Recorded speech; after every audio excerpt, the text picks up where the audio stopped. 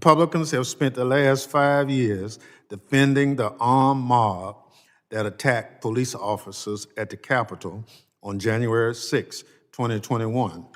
They demanded pardons for the perpetrators and cheered when President Trump issued them. Republicans don't care that pardoning people who threaten and attack officers would encourage others to do the same. They did it anyway.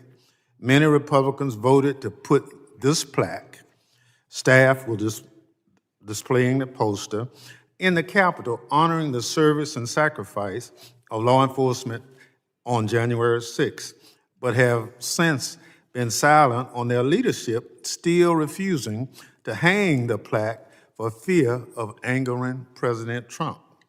Republicans care more about being in President Trump's good graces than they do about honoring officers who put their lives on the line to protect the Capitol on January 6th. Today, we're grateful to have one of those heroes, Officer Daniel Hodges, with us.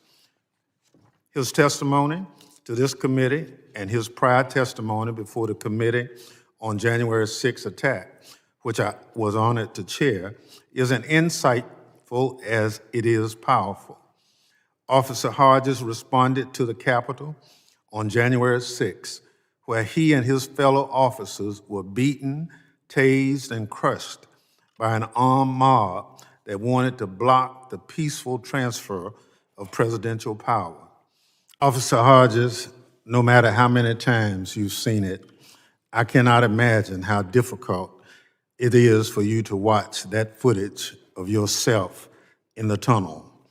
There are no words to adequately describe that awful day, and no way fully express our appreciation for what you and your fellow officers did to protect all of us who were gathered in the Capitol that day.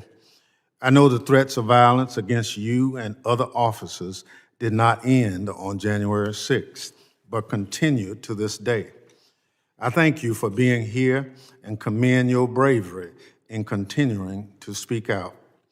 Unfortunately, when it comes to condemning threats and violence from the far right, the silence from our colleagues on the other side is deafening.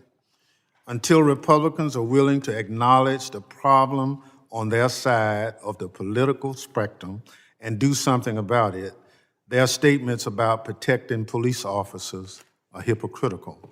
And unless they are willing to call out how the Trump administration's illegal enforcement tactics are endangering law enforcement and the public right now, their statements about protecting police officers are meaningless.